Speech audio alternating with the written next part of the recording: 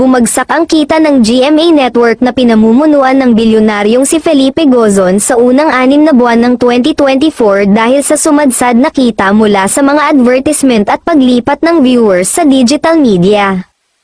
Umabot sa 49% ang nawalang kita mula sa GMA7 sa unang 6 na buwan ng taong 2024. Apektado ng sumadsad na kita ang television ad sales na umabot lang ng 7% habang 9% naman sa radio division. Hindi na lang rating sa telebisyon ang basehan kung malakas ang isang primetime drama. Meron na ring streaming service na napapanood sa Netflix, Amazon Prime, HBO, VIU, at marami pa.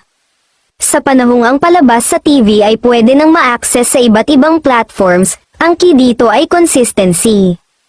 Ang FPJ Batang Quiapo na lang ni Coco Martin ang talagang namamayagpag sa telebisyon kaya talagang itinotodo nila ngayon ang mga susunod na episodes. Ang latest na narinig, halos araw-araw nang nagte-taping ang teleserye ni Coco Martin dahil nakatakda raw itong umalis patungong ibang bansa. Hindi lang kumpirmado kung saang bahagi ng Europe siya pupunta at kung kasama ba si Julia Montes. Mukhang may pinaghahandaan kasi ang hari ng telebisyon sa future ng mga mahal niya sa buhay.